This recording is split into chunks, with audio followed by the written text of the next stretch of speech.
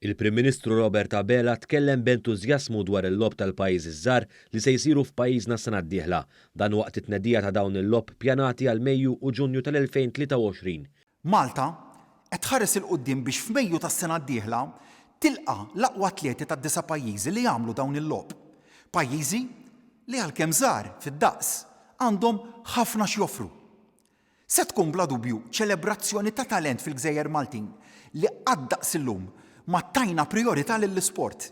F'messaġġ lid-delegazzjonijiet Maltin u barranin, il-Prim Ministru saħaq kif il-ġmil ta' Malta u l-ospitalità se jkunu timbru ieħor ta' dan l-avveniment bl-istess mod li se jkun is-suċċess sportiv innifsu. M'hemmx dubju lanqas li se jkunu logħob li b'organizzazzjoni tal-ogħla livell se nilqgħu bl-aqwa mod lil dawk il-mijiet li se jżuru pajjiżna lihom.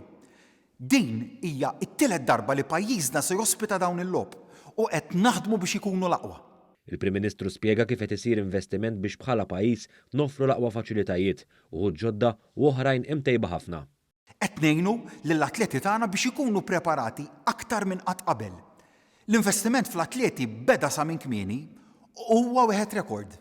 Kien hawn li l-Prim Ministru spjega kif l-esperjenza li se toffri Malta se jieħu pjaċir biha kulħadd u se tħalli marka pożittiva fil-karrieri tal-atleti tagħna u dawk li ġejjin fostna għal dawn il-lob. Inħares il-qudiem biex Malta tqum għall-okkażjoni u toħroġ bl-unuri.